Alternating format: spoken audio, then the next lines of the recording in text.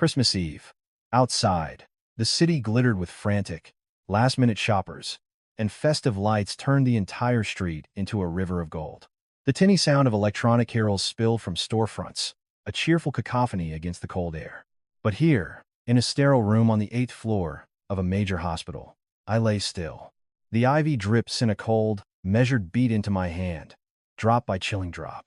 The incision from my surgery had not yet begun to heal. And there, on the small bedside table, sat a divorce agreement, professionally prepared. The person who had delivered it was no stranger. It was my mother-in-law, Victoria Hayes, the powerful CEO of a renowned construction firm, a woman who prided herself on her family's prestige and their unerring correctness. She placed a pen in front of me and spoke only one sentence. "Sign it." Now, my husband, Ethan, stood behind her, silent. Not a word of defense, not a single look of compassion. They thought this was my weakest moment. They thought I had nothing left to fight with.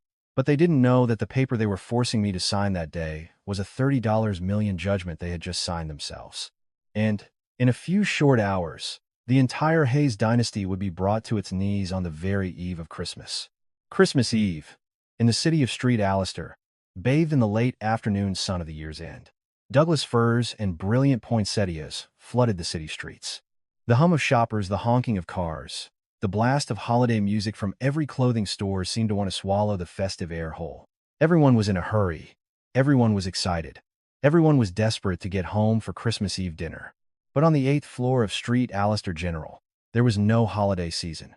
There was only the overpowering, suffocating smell of antiseptic and the stark white glare of fluorescent lights on cold, bare walls. And there I lay, motionless, in bed number 18, my left hand tethered to an IV pole, my abdomen tightly wrapped in bandages after last night's emergency surgery. Every deep breath was a fresh agony, a tearing from within. The doctor said I needed at least 2 weeks of rest, but I had a feeling I wouldn't get them. The door swung open. No knock, no greeting. The sharp, rhythmic clack-clack-clack of high heels on linoleum was as precise and cold as a metronome. I didn't need to look to know who it was. Victoria Hayes, my mother-in-law, CEO of Apex Construction, a title she always emphasized when she wanted someone to bow their head. She entered the hospital room as if it were a boardroom. She wore an expensive beige wool coat. Her hair was perfectly coiffed, her lipstick a severe, dark red. Her perfume was so strong it overpowered the smell of disinfectant.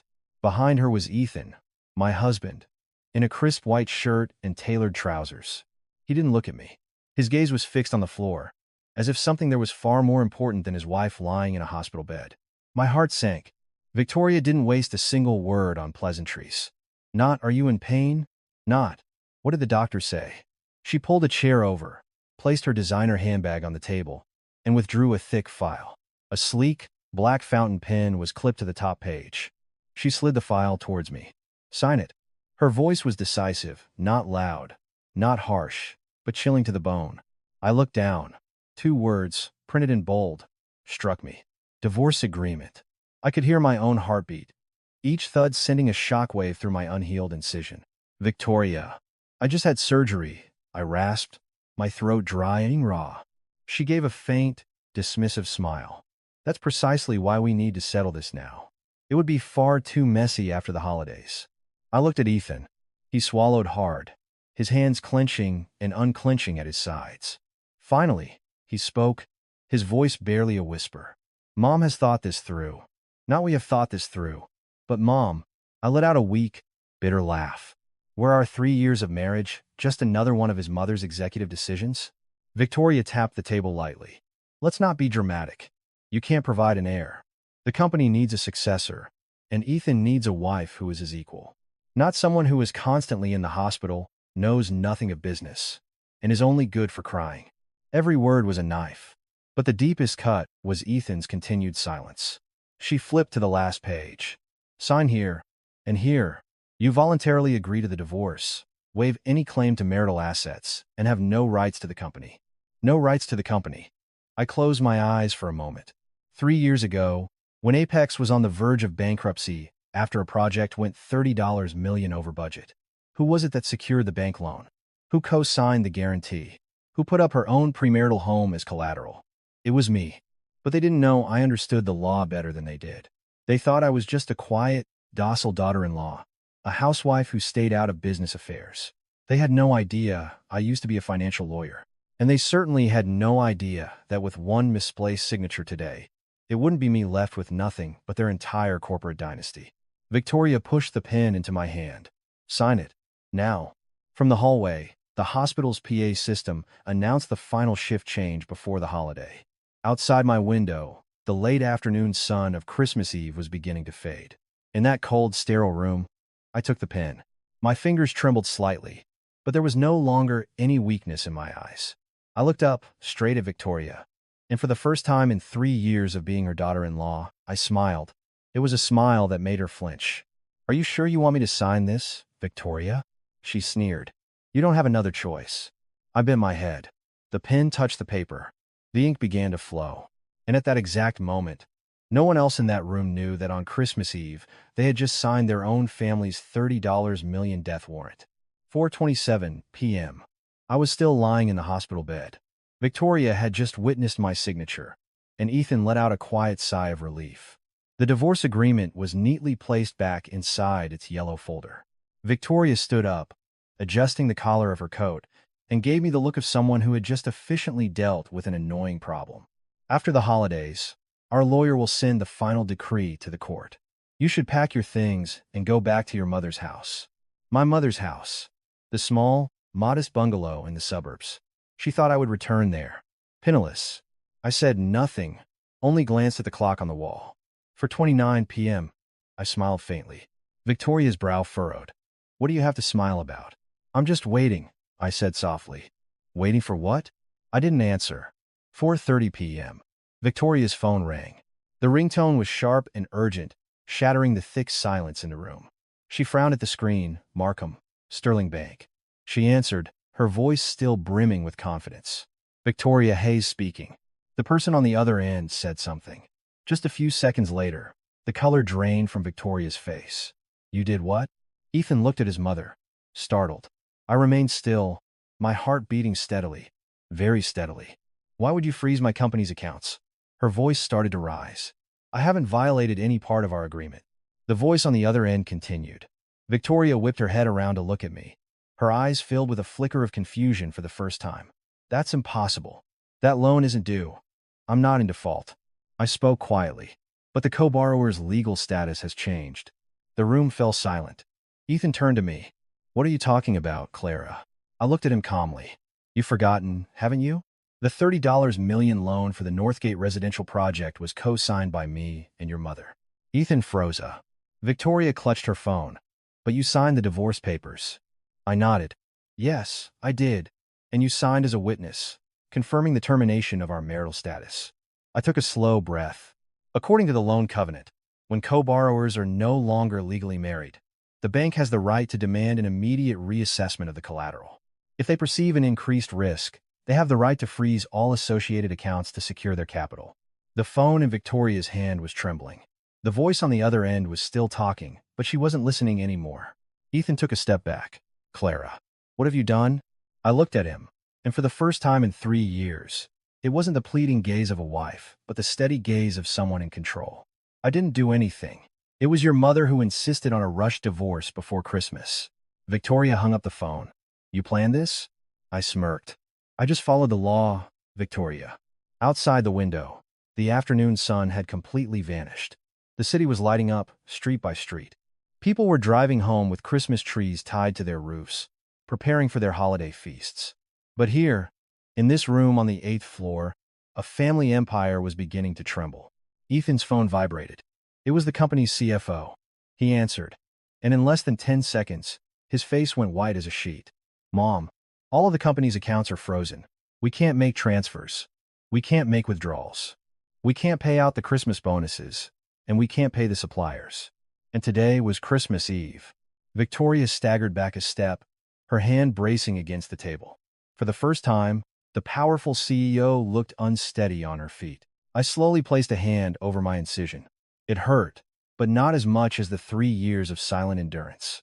"Victoria," I said softly, "I saved this company once." She looked at me, her eyes no longer arrogant, only filled with panic. I continued. And today, you're the one who pushed it to the brink of bankruptcy. The sound of distant carols drifted up from the street. Christmas was coming, but for the Hayes family, the festive season had just officially ended. 6:02 p.m. The sky outside the hospital window had deepened to a dark indigo. Long strings of streetlights glowed like trails of fire, cutting through a city preparing for midnight mass. No one in the room spoke. The silence was so heavy you could hear the beep, beep of the IV machine. Ethan stood in the middle of the room, his phone still in his hand. Mom, the materials supplier just called. They said if we don't pay the remaining $12 million tonight, they're cutting off all supplies for the Northgate project. Victoria snapped back. Tell them to wait until after the holidays. Ethan shook his head, his voice hoarse. They said the bank has already issued a credit risk alert. They don't dare to extend us any more credit. Victoria looked like she couldn't believe what she was hearing. I've been in this business for decades. I've never been disrespected like this. I tilted my head slightly, looking at her. My voice was slow and even. When an account is frozen, the National Credit Alert System updates instantly. Your partners just have to run a check to know. Her eyes blazed. You did this on purpose. I gave a small laugh. I only signed the paper you gave me. Ethan turned to me, his voice almost pleading. Clara, what do you want? I looked at him for a long time. 3 years of marriage. 3 years of my silence while his mother belittled me. 3 years I stood in the shadows so he could maintain his image as a brilliant young executive. 3 years I heard him say, Mom is right more often than I'll protect you. I answered, enunciating each word. I want justice. At that moment, Victoria's phone rang again. This time, it was the head of HR. She answered, and the voice on the other end was trembling. Mrs. Hayes, the employees are gathering in the lobby. They heard a rumor the accounts are frozen. The Christmas bonuses and last paycheck haven't been transferred. Everyone's panicking. Victoria's face turned ashen. The Christmas bonus. It was the one thing she proudly mentioned in every company meeting. Apex Construction never misses a payroll. Today, on Christmas Eve, for the first time in her 20-year career as CEO, she couldn't pay her people. Ethan put his head in his hands. Mom, if we have a mass walkout, the project is finished. I gently placed my hand on the bed rail. Not just the project, the whole company. Victoria approached me. How much do you want? Name your price. Her voice was no longer haughty, only desperate. I looked at her. You think I did this for money, Victoria? Then, what for? For my dignity, I said quietly. The room fell silent. I continued. For 3 years, I contributed $30 million to save this company. I co-signed the loan. I put my own property on the line. But as soon as the company was stable, you removed my name from every important decision. I had no signing authority, no voice in meetings, no official ownership. Ethan stared at me, stunned. You never said anything. I laughed without humor. What was the point? You only ever listened to your mother. From the hallway, hurried footsteps rushed past. Someone shouted, Code Blue on the 5th floor. Life and death were happening all around us. And here on the 8th floor, a family was on the verge of collapse. I looked directly at Victoria. You wanted me to sign the divorce agreement for my hospital bed. Fine. I signed it. I paused. But when a marital relationship is terminated, I have the full right to petition the bank to sever the joint debt obligation. And when that happens, your company has to prove its independent financial viability. Victoria stumbled back. She understood. She understood all too well. The company didn't have the liquid cash flow. If the bank reevaluated the collateral, they could demand an additional guarantee or call in the entire $30 million loan, especially at a time like Christmas when cash flow was critical. Ethan walked toward my bed. For the first time, his eyes showed real fear. Can you withdraw that petition? I looked at him. When you stood behind your mother and forced me to sign, did you ever think about withdrawing? He was speechless. Victoria suddenly spoke, her voice strained. What if I tear up the divorce agreement? I smirked. Your lawyer already filed it electronically. The bank has received the notification of my change in legal status. The system has already triggered its risk management protocol. I leaned my head back against the pillow. The white light stark on my face. There's no undo button, Victoria. 6:37 p.m. Outside the hospital, people were still rushing to buy last-minute gifts. Inside room 18, the silence was terrifying. The $30 million was no longer just a number on a piece of paper. It was a guillotine hanging over the entire Hayes family. And they had just cut the last safety rope themselves. 7:58 p.m. The lights in the hospital room were still on. Victoria was no longer sitting upright. The expensive wool coat was now creased at the elbows. Her lipstick faded. Ethan leaned against the wall, his phone buzzing nonstop. A flood of texts, a torrent of calls. Contractors demanding payment. Employees asking about their bonuses, partners suggesting a pause on all contracts. The air in the room was thick with dread. Suddenly, the door opened. A man in his 50s entered, wearing a gray suit and carrying a black leather briefcase. His face was calm and composed. Victoria frowned. "Mr. Miller? What are you doing here?" Mr. Miller was the company's longtime legal counsel. He glanced at me for a second before turning to Victoria. "I received a notification from the bank. I also received an email from a major shareholder requesting an emergency board meeting." Victoria froze. "What major shareholder?" "Mr. Miller opened his briefcase and took out a stack of documents. "The person who owns 45% of Apex Construction." Ethan blurted out. 45%? That's impossible. The only shareholders are Mom, me, and a few minor investors. Mr. Miller placed the file on the table. The Strategic Capital Contribution Agreement from 3 years ago. The signatory was her. The room seemed to freeze. All eyes, including Victoria's, snapped toward me. I didn't flinch. I pushed myself up, wincing as a sharp pain shot through my incision. "That's right, 45%. Ethan stammered. Is that true?" I looked at him. 3 years ago, when the Northgate project was $30 million over budget, the bank refused to release more funds because of the high risk. I signed a strategic investment contract. In exchange, I received 45% of preferential voting shares. Mr. Miller nodded. Clause 8. In the event the company loses liquidity or its accounts are frozen, any shareholder with over 40% ownership has the right to demand a temporary change in executive leadership to preserve assets. Victoria took a step back. You hid this from me." I smiled faintly. "You told me I didn't need to concern myself with the company's business. I was just following your instructions. I signed the papers and kept quiet." Ethan looked at me as if I were a stranger. "So, you have the right?" I cut him off. "I have the right to call a board meeting, and the right to temporarily suspend the CEO's duties if there are signs of severe financial damage." The silence was deafening. Mr. Miller added, his voice measured. "With the bank freezing the accounts today, the financial risk is considered an immediate threat of collapse. She has every right to activate the asset preservation clause." Victoria's voice was hoarse. "You're siding with her." Mr. Miller looked at her. "I am siding with the law." 8:07 p.m. My phone vibrated. A text from the bank. "Request for governance restructuring has been received." I put my phone down. "You wanted me to sign a divorce agreement from my hospital bed. You wanted to cut me out of the company. But you forgot one thing." I looked directly at her. "I didn't come into this family with nothing. 3 years ago, I saved this company. 3 years later, I could save it again, or I could let it sink." Ethan stepped closer to the bed, his voice trembling. "Clara, what are you going to do?" I looked at him for a long moment. "I'm going to protect my $30 million." Victoria suddenly laughed. A twisted, distorted sound. "You think you can run this company? You're lying in a hospital bed." I lowered my voice, but each word landed like a hammer blow. "I don't need to run it right now. I just need to suspend your signing authority. As soon as the bank sees a stable new management structure, they'll release the funds." Mr. Miller nodded. "If she temporarily assumes the role of financial oversight, the bank may consider a partial release of the freeze." Victoria's face palled. "Meaning, I'm fired?" I didn't answer immediately. Outside, premature celebratory fireworks lit up the distant sky, their light flashing into the room. I spoke softly. "I'm not the one firing you, Victoria." I looked at her, my gaze deep and steady. "You signed your own termination papers at 4:30 p.m. 8:15 p.m. The 8th floor of the hospital was still cold, but in room 18, the game had changed. The person in the hospital bed was no longer the victim.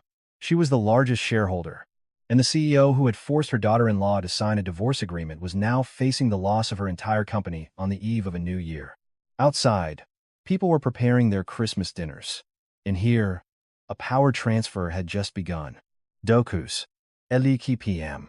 Room 18 no longer felt like a hospital room.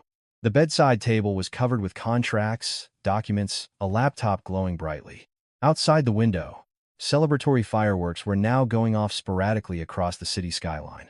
Inside the small room, a coup was taking place. Mr. Miller placed a draft resolution on the table. His voice was slow and clear. According to Clause 8.4 of the Capital Contribution Agreement, in the event of a company account freeze due to severe financial risk, a shareholder with over 40% ownership has the right to request the temporary suspension of the CEO's duties to preserve assets. He pushed the document toward me. Do you confirm your activation of this clause? The room was silent. Ethan looked at me, his eyes no longer angry, only terrified. Victoria stood behind the table, her hands clenched into tight fists. You wouldn't dare. I looked at her. 3 years as her daughter-in-law. 3 years of bowing my head. 3 years of hearing. You have no right. Today, I had the right. I took the pen. The incision pulled. A sharp, stabbing pain. As I shifted to sit up straighter. But I didn't stop. 10:01 p.m., I signed. The black ink was stark against the white paper. Clean, decisive. Mr. Miller stamped it with a temporary corporate seal. The sound of the stamp hitting the paper was a dry, final thud. It sounded like an iron gate closing. Victoria stumbled back. This can't be happening. Mr. Miller spoke. From this moment, all financial signing authority is temporarily transferred to a supervisory committee appointed by the majority shareholder. The bank will be notified within 30 minutes. Ethan came toward me, his voice hoarse. Clara, are you really going to push Mom out of her own company right before Christmas? I looked at him, my voice low, but each word fell like a stone. When your mother was pushing me out of the family from my hospital bed, did you ask her that question? He fell silent. 10:09 p.m. My phone buzzed. A text from the bank. Change in temporary governance structure received. We'll consider a partial release of funds, pending stabilization of cash flow. I showed the screen to Mr. Miller. He nodded. If we can present a viable financial plan within the next 24 hours, the accounts could be partially reopened to cover payroll and other urgent obligations. Ethan gasped. So the company can still be saved. I looked at him. If you cooperate. That statement left him speechless. Victoria suddenly laughed, not with arrogance this time, but with bitterness. What do you want? An apology? I paused for a few seconds, then said quietly, I want you to admit that I was never a freeloader in this family. The room was utterly still. Outside, the fireworks grew louder. 10:17 p.m. Mr. Miller cleared his throat. There is one more matter. He looked at me. If you activate your personal capital preservation clause, you have the right to demand the company immediately pay out your $30 million investment. Ethan was stunned. You're going to pull your money out? I looked down at my hands. 3 years ago, I invested that money because I believed this was my family. Today, that same family had forced me to sign divorce papers. I looked up. No. All 3 of them stared at me. I'm not pulling the money out. Victoria frowned. You're not? I looked directly at her. I'm keeping my $30 million in the company. But from now on, I will be the one controlling it. 10:25 p.m. Ethan's phone rang again. He answered. A few seconds later, he looked at me, his voice shaking. The bank, they said if the new supervisory committee submits a cash flow plan before 11 p.m., they'll temporarily release $10 million to cover payroll and critical supplier payments. A sliver of hope cut through the despair. I turned to Mr. Miller. Prepare the financial plan. Prioritize employee payroll. Ethan stared at me. You're still saving the company. I replied softly. I'm saving the people who did nothing wrong. Victoria stood motionless. For the first time in years, she was not the one giving orders. 10:41 p.m. The city sky was ablaze with the final rehearsal fireworks before midnight. In the hospital room on the 8th floor, a transfer of power was complete. There was no applause, no celebration. Only a single, hard truth. The woman who had been forced to sign a divorce agreement now held the fate of the entire company in her hands. And the CEO, who had looked down on her daughter-in-law, was now waiting for a decision from that very person. Midnight was approaching. But for this family, Christmas Eve had only just begun. 11:32 p.m. The city was almost entirely awake. The traffic on the streets below had thinned. Families were gathered around their trees, the scent of pine and cinnamon drifting from their homes. On the 8th floor of the hospital, the lights were still on. The financial plan was sent at 11:08 p.m. The bank replied at 11:21 p.m. Temporary release of $10 million approved for payroll and urgent obligations. Ethan collapsed into a chair, letting out a huge breath. We're saved. We're saved. Victoria said nothing. She sat quietly, her eyes fixed on the table, the imperious posture of a CEO gone. All that was left was a woman who had almost lost everything. 11:41 p.m. Mr. Miller reopened his briefcase. There is one more file. I believe it is time everyone was made aware of it. Victoria looked up. What file? Mr. Miller placed a sealed envelope on the table.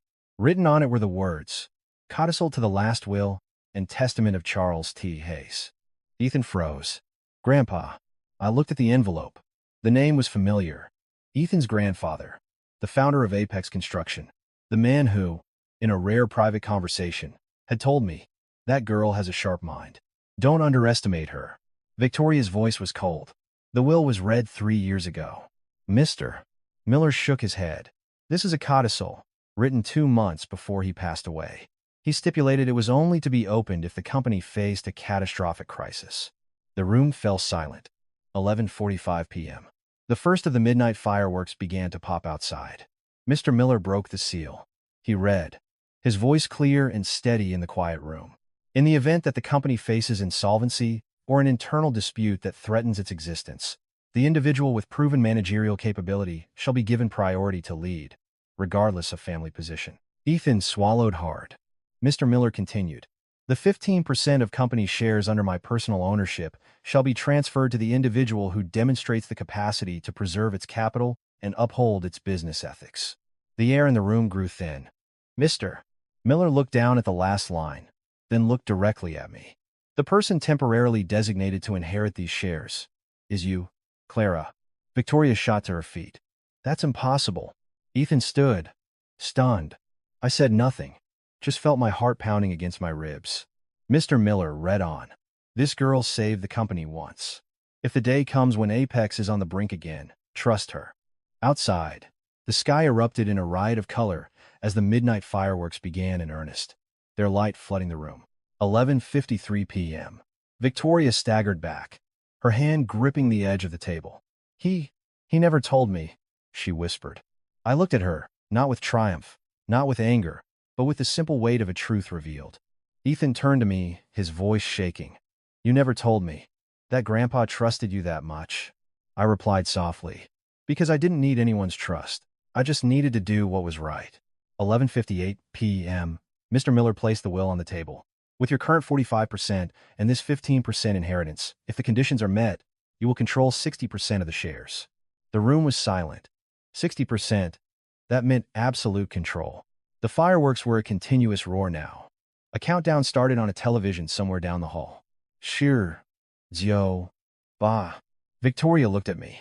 For the first time, her gaze held no arrogance, no hatred. Only a question. Are you really going to push me out of everything? I looked at her for a long moment. Lo. Wu. Su. I spoke slowly. I don't want to push anyone out. San. R. E. The fireworks exploded in a grand finale. The city had entered a new day. I looked directly at her. But from now on, I will not let anyone push me out. Either. The light of the fireworks illuminated each face in the room. A new day had begun. A new era for the company had begun. And in that room on the 8th floor, the woman once forced to sign a divorce agreement had become the master of her family's future. 6:12 a.m. Christmas morning. The city was quiet, just a few hours past midnight. Strands of tinsel and confetti lay scattered on the streets below. The air was crisp and clean, with the dawn of a new day. Christmas Day, a day for peace, for forgiveness, for family. But in the room, on the 8th floor, no one had slept. Ethan had sat in the chair all night, his shirt now wrinkled. Victoria sat silently by the window, dark circles under her eyes. I woke as the first rays of sunlight filtered through the blinds. My incisions still ached, but the heaviness in my heart was gone. My phone vibrated. A text from the bank. $10 million has been dispersed. The payroll payment function is temporarily enabled. Less than 5 minutes later, a text from the head of HR. Employees have received their paychecks and Christmas bonuses. They're sending their thanks. I put the phone down. Ethan looked at me, his voice raspy. You still chose to pay them first. I nodded. The employees shouldn't have to suffer for the arrogance of their leadership. That sentence was a clean cut. Victoria turned to look at me, her gaze no longer sharp, only weary. Where did I go wrong? I was silent for a moment, then answered. You were wrong to think that money was everything. The room was still. I continued. For 3 years, you never asked me what I wanted. Only what I could produce for you. What benefits I could bring. Victoria lowered her head. For the first time, I saw her shoulders slump. 8:03 a.m. Victoria's phone rang. It was the project manager. She answered, and his voice was clear over the speaker. Ma'am, the staff was shocked to get their bonuses on Christmas morning. They're saying whoever is in charge, they just want someone who keeps their word. Victoria hung up. She looked at me, saying nothing, but her expression had changed. 8:17 a.m. Mr. Miller returned to the hospital with the bank's temporary confirmation. He spoke concisely. If things remain stable, the accounts will be fully unlocked in 3 days. Then he looked at me. But the final decision is still yours. Will you activate the 15% inheritance from the will? The room fell silent. Ethan watched me. Victoria watched me. 2 pairs of eyes, 2 different fears. If I accepted that 15%, I would hold 60% absolute power. I could officially fire Victoria, restructure the entire company, and remove everyone who had ever looked down on me. I looked out the window. The Christmas morning sun cast a golden glow over the city. I turned back. I won't accept it. All 3 of them stared. Mr. Miller frowned. Are you sure? This is your legal right. I nodded. I don't need 60% to prove my worth. I looked at Victoria. I just need you to acknowledge me as a member of this family, not as a tool for producing an heir. The air in the room grew thick. Suddenly, Ethan walked over. He knelt beside my bed not to beg for money, not for the company's shares, but out of regret. I'm sorry, he choked out, his voice breaking. I'm so sorry I left you all alone for so long. Victoria stood frozen for a moment. Then, she slowly walked over. The hand that had pushed the divorce agreement at me yesterday was now trembling slightly. I'm sorry, she said. Those 2 words were quiet, but they weighed more than $30 million. I looked at her. 3 years I had waited to hear them. I said nothing more, just gave a small nod. Outside, the sound of children laughing with their new toys drifted up from somewhere below. In this room, no one was kneeling for money. There was only a family that had just learned that dignity and respect are what determine who is truly bankrupt. 3 days after Christmas. The city was still in a holiday mood, the streets quieter than usual. The large Christmas wreath on the front door of Apex Construction was still bright, but inside the 12th floor conference room, the holiday was over. The entire management board was present. The CFO, the project managers, the bank's representative, the minor shareholders, and me. I walked into the room, still a bit weak, but my gaze was steady. Victoria sat to my right, not in the head chair for the first time. Ethan sat across from me. The silence was so profound you could hear the rustle of papers. I spoke first. I've called this meeting today not to change positions, but to change the way we operate. A few heads looked up. I continued. This company almost collapsed not from a lack of money, but from a lack of transparency. That statement made several people glance at Victoria. I didn't shy away. From now on, all contracts over $3 million will require a dual-layer approval. All major loans must be disclosed internally. There will be no more high-risk, unilateral decisions. The CFO let out a quiet sigh of relief. This was probably the first time he'd seen a real system being implemented. Ethan spoke up. I agree. His words surprised me. He looked at me directly. I was wrong to let family emotions interfere with business. From now on, everything will be by the book. Victoria was silent. Then she spoke slowly. I also agree. The entire room was stunned. She looked at everyone. I ran this company on experience, but times have changed. Apex can no longer rely on just one person. It was the first time she had ever admitted that in front of her team. She was no longer an autocratic CEO, but a founder who knew when to step back. I placed one final proposal on the table. One last thing. All eyes turned to me. I will not be accepting the additional 15% of shares from the will. The room buzzed. The CFO even dropped his pen. I continued. 45% is enough for me to protect this company. I don't need an absolute majority to define my role. Ethan looked at me. His eyes no longer filled with fear, but with respect. Victoria asked quietly, Are you sure, Clara? I nodded. The greatest power isn't in controlling everything, but in knowing when to stop. Silence fell over the room. Then, Mr. Miller stood up. With this decision, I believe Apex will not only survive, but it will finally mature. The meeting ended at 11:27 a.m. As I walked out, a few employees were waiting in the hall. They nodded respectfully, not because of shares, not because of a title, but because of trust. I looked down into the lobby. The giant Christmas tree was still glittering under the lights. 3 days ago, everything had seemed to be collapsing. Today, no one was bankrupt. No one was pushed out. Only one thing had changed. From now on, this family and this company would be guided not by ego, but by responsibility. That afternoon, I returned to the hospital for a checkup. The hallways were quieter, the pre-holiday tension gone. Ethan walked beside me in silence. He was no longer the man hiding behind his mother, but a man walking at my side. The doctor called my name.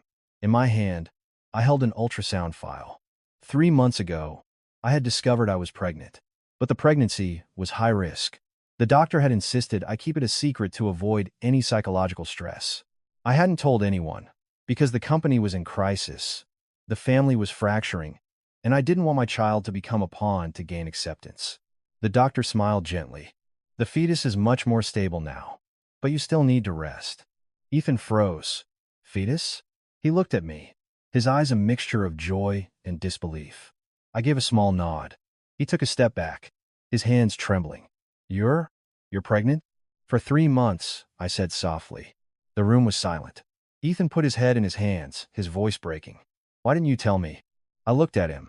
Because I didn't want my child's place in this family to be determined by its gender. He fell silent. He understood. He knew the pressure to produce a male heir that had weighed on me for 3 years. We went home that afternoon. Victoria was sitting in the living room. When she saw me, she stood up. I placed the ultrasound file on the coffee table. Victoria, I'm pregnant. She was stunned, her expression flickering. Really? I nodded. The air was heavy for a few seconds, then she asked quietly, is it a boy or a girl? I looked directly at her, my voice calm but firm. I didn't check the gender.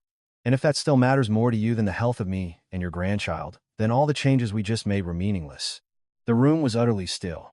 Ethan stood beside me. This time, he didn't stay silent. It's our child, Mom. Boy or girl, it's our family. Victoria looked between us, then down at the ultrasound file. Her hand trembled, and a single tear fell. Not for the shares, not for the $30 million, but because she realized she had almost lost everything over a prejudice. She slowly walked over, her voice softer than I had ever heard it.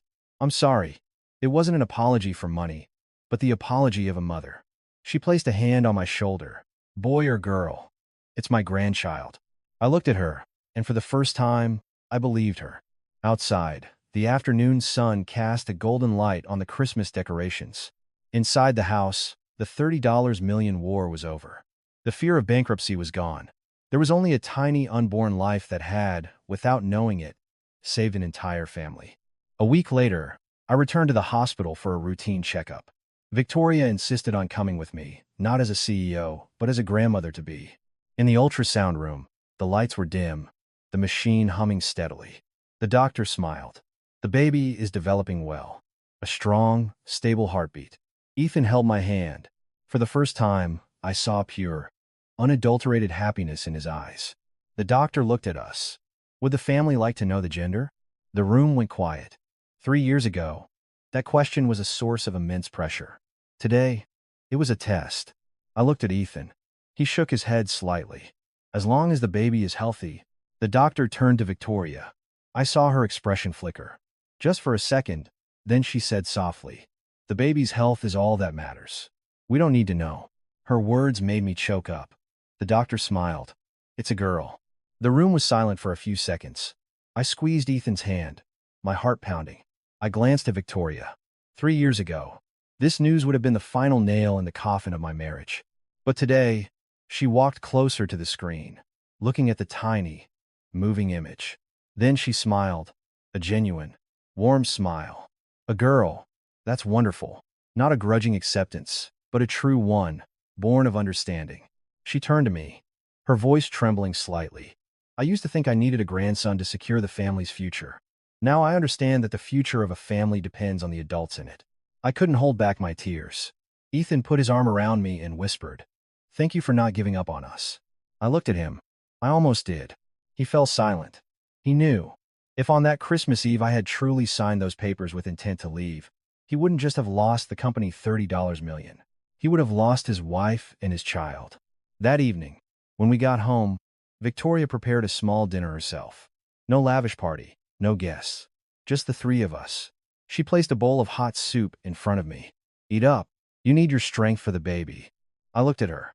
Those simple words were worth more than all the shares in the company.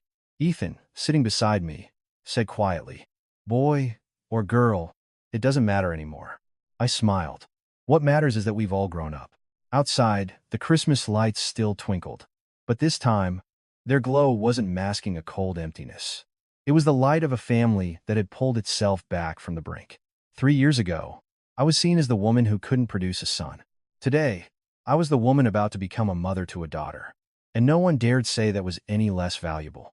There are some things $30 million can't buy. There are some lessons that can only be learned when a family is at stake. Luckily, we learned ours before it was too late. A month later, Apex construction was stable. The Northgate project was back on track. The bank had officially removed all risk warnings. The employees' trust was restored. Life seemed to be returning to normal. Until one rainy evening at 5:46 p.m. My phone rang. An unknown number. The voice on the other end was frantic. "Are you a relative of Victoria Hayes? She's been in a traffic accident and is in the emergency room at Street Alistair General." I froze, my hands turning cold. Ethan was in a meeting at the office. I didn't call him first.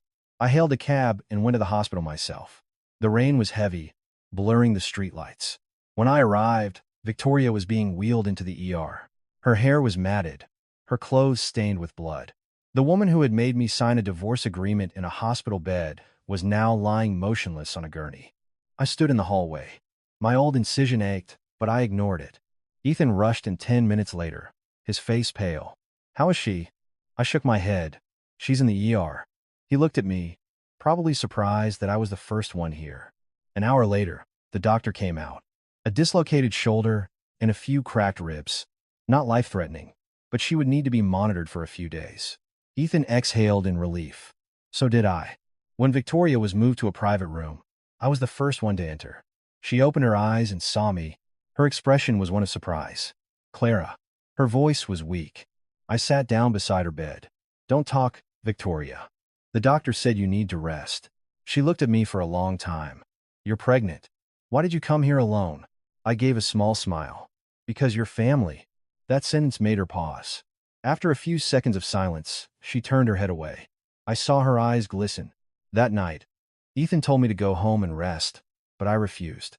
I sat by her bedside, changing her water, calling the nurse when her medication was due. 3 years ago, I had lain in a hospital bed alone. Today, I wouldn't let her go through the same thing. Around 2 a.m., she called out softly, "Clara." I looked up. It was the first time she had called me by my name without a hint of condescension. "You don't hate me?" I was quiet for a moment, then answered honestly, "I used to." She closed her eyes. "I used to think money and power could protect everything. But lying here today, I realize that when you're at your weakest, the only thing that matters is who stays." I gently took her hand. "Get some rest, Victoria." She squeezed my hand back. It wasn't a strong grip, but it was enough for me to know that this time, the change was real. The next morning, Ethan saw me still sitting by the bed. He said quietly, "Thank you, Clara." I shook my head. "Family isn't a place for keeping score." He nodded. Outside the hospital window, the sun was rising after the rain. A month ago, I had lain in a hospital bed, being forced to sign a divorce agreement. Today, I was sitting by the bedside of the very person who had forced me. Not because of $30 million, not because of company shares, but because I didn't want my daughter to grow up in a family filled with resentment. Some accidents don't happen to punish, but to remind us that life can change in an instant. And when everything falls apart, the one who stays by your side is the one who has truly won. Victoria was in the hospital for 3 days. Her shoulder was in a sling, her ribs tightly wrapped. The company was temporarily managed by Ethan and me, working remotely. On the third night, the hospital was unusually quiet. The hum of the air conditioner, the distant footsteps of a nurse in the hallway. Victoria called out softly, "Clara." I sat up from the chair beside her bed. "Do you need something?" She shook her head. Her gaze was different, no longer a CEO, no longer a powerful mother-in-law, just a woman who had lived through many years. "Do you know why I was so afraid of losing the company?" I remained silent. She stared at the ceiling, her voice slowing. 30 years ago, Ethan's father didn't die from an illness. I flinched. Ethan had never told me this. He took his own life. The air in the room seemed to solidify. I gripped the armrest. She continued. When the company was just starting out, he took out massive loans. The market crashed, and the debt piled up. One morning, he left me with a 3-year-old son and a mountain of debt. I was speechless. I swore I would never let this company fail again, no matter the sacrifice. She turned to look at me, even if it meant sacrificing my own son's happiness. Now I understood. The $30 million wasn't just about money. It was a ghost, a deep wound that had never healed. When the company was in crisis last time, I didn't sleep for months. I was terrified of history repeating itself. I was afraid Ethan would look at me the way I had looked at his father. Her voice cracked. I had never seen her so vulnerable. "But I was wrong," she whispered. "I thought I could control everything. But I almost lost my family instead." "You never told him," I said softly. She shook her head. "I wanted him to grow up without that burden." I looked down at her hands. The fingers that had signed hundreds of contracts, that had forced a divorce agreement upon me, were now trembling with age and old fears. "I didn't hate you because you couldn't produce a son," she said quietly. "I hated the feeling of being powerless. I was afraid that without a strong successor, the company would collapse all over again." I took a deep breath. "But strength isn't determined by gender." She nodded faintly, a tear rolling down her cheek. "I understand that now." The door creaked open. Ethan walked in. He heard the last sentence. "Understand what?" Victoria looked at her son, and for the first time in his life, she told him the truth about his father. Ethan stood there, motionless. When she finished, he didn't show anger. He simply walked to her bed and hugged her. "I don't need to be free of that burden, Mom. I just need you." The room was silent. I stood to the side, not wanting to intrude. Nothing more needed to be said. For 3 years, I thought I was fighting a power-hungry woman. Today, I learned I was facing a woman haunted by her past. The $30 million was no longer a death sentence. It was the shadow of 30 years ago. And that night, that shadow was finally given a name. 2 weeks after the accident, Victoria was discharged. Her shoulder was still in a sling, her steps slower, but her eyes were different. On Monday morning, all Apex employees were summoned to the main hall on the first floor. Rumors were flying. A major change. A restructuring. Someone was getting fired. I sat in the front row, Ethan beside me. Victoria walked onto the stage. The hall fell silent. This was the woman who had commanded fear and respect for decades. She held the microphone, not looking at any notes. Her voice was slow. "I have run Apex for over 30 years. A few employees nodded. I used to think that being strong was enough, that being decisive was enough. But I forgot one thing." She paused, the entire hall waiting.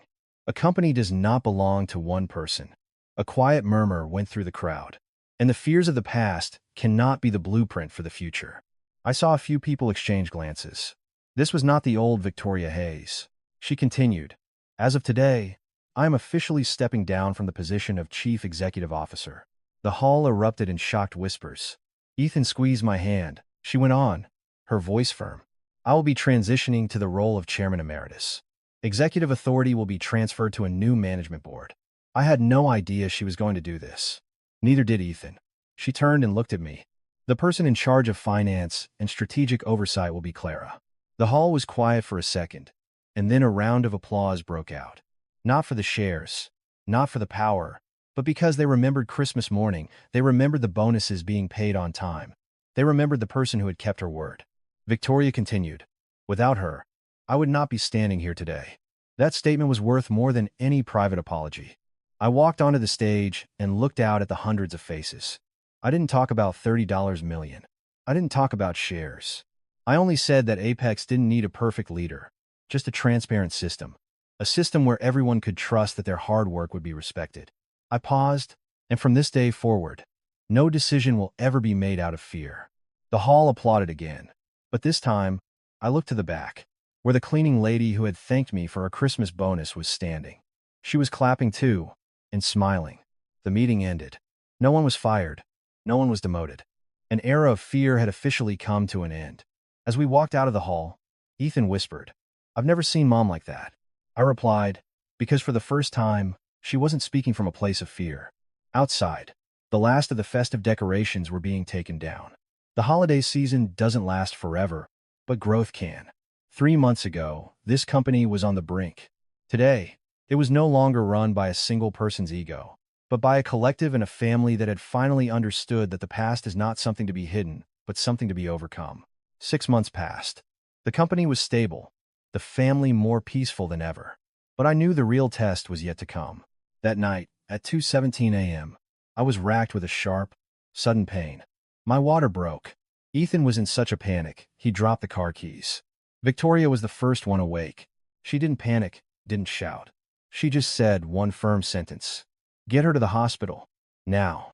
On the way, a light rain was falling, just like the night of her accident. But this time, the feeling wasn't fear, but anticipation. In the delivery room, the lights were blindingly bright. The doctor's calm instructions, the steady beep of the fetal monitor. I gripped Ethan's hand, drenched in sweat. The pain so intense I thought I couldn't bear it. Outside in the hall, Victoria stood perfectly still, her hands clasped tightly together. The woman who once believed only a son could carry on a legacy was now trembling with fear for her grandchild. At 4:02 a.m., a clear, strong cry filled the air. The whole room seemed to light up. The doctor smiled, a healthy baby girl. Ethan burst into tears, unable to stop them. He leaned down and kissed my forehead. "Thank you, Clara." I was too exhausted to do anything but smile. When the nurse brought the baby out, Victoria was standing there, looking at the tiny bundle wrapped in a pink blanket. She reached out her hand, then hesitated. May I hold her?" Her voice was quieter than I had ever heard it. The nurse placed the baby in her arms. The baby stirred. A tiny hand reached out and grasped Victoria's finger. It was just a light touch, but Victoria began to cry. Not just tears of happiness, but tears of realization. She had almost rejected this miracle because of her own prejudices. She knelt down not before me, not before anyone, but before the small bassinet in the hallway. "I'm so sorry," she choked out. "I'm sorry I ever thought you weren't enough." Ethan stood behind her, placing a hand on her shoulder. "A daughter is the future of this family, too."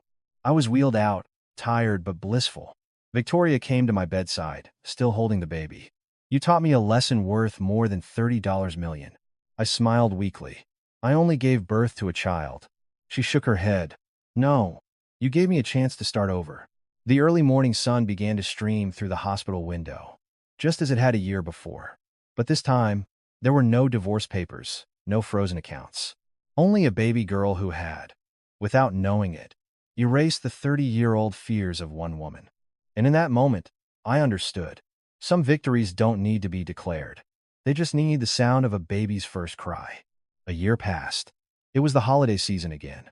Apex Construction held its year-end review. But this time, there were no high-pressure speeches about revenue targets, no anxious glances about cash flow, only a more mature, collaborative team. I stood at the back of the hall, holding my daughter. She was 1 year old, with big, curious eyes, and she giggled every time she heard applause. Ethan was on stage, his voice calm and confident. "A year ago, we almost lost everything, but we learned that transparency and trust are the only foundations that last." Applause filled the room. Victoria sat in the front row, no longer in the center seat, but her eyes were brighter than ever. When the ceremony ended, she walked onto the stage, unannounced. She took the microphone. "I used to think I needed a powerful heir to protect this company." She looked down at me and at the baby in my arms. But I was wrong. The hall went quiet. An heir doesn't need to be a son. An heir doesn't need to be someone hard and ruthless. An heir is a child who grows up in a family that knows how to respect one another. She came down and took her granddaughter from my arms. The baby grabbed the pearl necklace around her grandmother's neck and laughed. The whole room laughed with her. The atmosphere was light, nothing like the oppressive weight of Christmas Eve a year ago. After the ceremony, we went home for dinner. The meal was simple, not a lavish banquet, just family. Victoria put food on my plate. "Eat up." The familiar words. But this time, There was no distance. Ethan looked at our daughter and said softly, "Whatever you want to be when you grow up, we'll support you." Victoria nodded. She doesn't have to take over the company if she doesn't want to. She just needs to be a good person. I looked at the three of them. A year ago, this family was on the verge of being shattered by a single signature. Today, no one mentioned the $30 million as a scar, only as a lesson. That night, after everyone was asleep, I stood by the window. My daughter was asleep in her crib. Ethan came up behind me and put his arms around my shoulders. "Do you ever regret not taking that extra 15%?" I shook my head. "No." "Why not?" I smiled. "Because I got something more valuable than control." He looked at me, and I looked down at our daughter. "I got a family." Outside, the first of the New Year's fireworks went off. But this time, there was no fear, only hope. Christmas Eve, the second year. The city was once again aglow with lights. The late-year wind rustled through the bare trees, carrying the faint scent of wood smoke. People were rushing home, arms full of gifts and groceries, their laughter echoing down the streets. A year ago, on this very day, I was lying in a hospital bed on the 8th floor, an IV in my hand. In front of me was a divorce agreement and a family on the brink of collapse. Today, I stood in the CEO's office on the 12th floor of Apex Tower. I was no longer the one being forced to sign, no longer the daughter-in-law who couldn't produce a son, no longer a shadow behind a powerful throne. I held my daughter in my arms. She had learned to say mama. Her voice was small, but it was enough to melt my heart. Through the large glass window, the city was a carpet of light stretching to the horizon. Ethan came up behind me, his arms wrapping gently around us both. His voice was low. "Do you remember 4:30 p.m. on this day last year?" I smiled. How could I forget? The time the bank called. The time the accounts were frozen. The time your mother's face went pale for the first time. The time everything seemed to be ending. I paused. But it was really just the beginning. The office door opened softly. Victoria entered. She was no longer wearing a power suit and heels that clicked like judgment on the floor. Just an elegant cream-colored dress, her hair in a soft bun, her eyes calm. She looked at us for a second, then said quietly, "Let's go home. I've prepared dinner." Her voice was no longer a command, but an invitation. I looked at her. Over the past year, she had stepped back. She no longer controlled every decision, no longer imposed her will. She had learned to ask instead of order, to listen instead of dictate. I walked toward her. "Are you still afraid of losing the company?" She was silent for a moment, looking out the window where the last light of the year was fading. "I used to think that losing the company was losing everything." She turned to me, her gaze direct. But the day she was born, I finally understood. Losing my family. That is losing everything. That statement wasn't loud, but it was powerful enough to remind me of the night she knelt by that tiny bassinet. Not kneeling to me, but to her own prejudices. Ethan said softly, "A year ago, we were fighting for control." I looked at him. "And now?" He smiled. "Now, we share the responsibility." My daughter reached her arms out toward her grandmother. Victoria took her. Her smile was gentle, not the smile of someone holding on to power, but the smile of someone who had finally let go of the past. We left the office as the twilight turned a soft orange. In the lobby, the giant Christmas tree shed sparkles of light onto the floor. I suddenly realized that last year's holiday season began with a breakdown. This year's began with a breakthrough. When we walked into the house, the aroma of a home-cooked meal filled the air. The dinner table was set, not as extravagant as in years past, but warm. We sat down. No one mentioned the $30 million. No one mentioned the divorce agreement. No one mentioned the frozen accounts.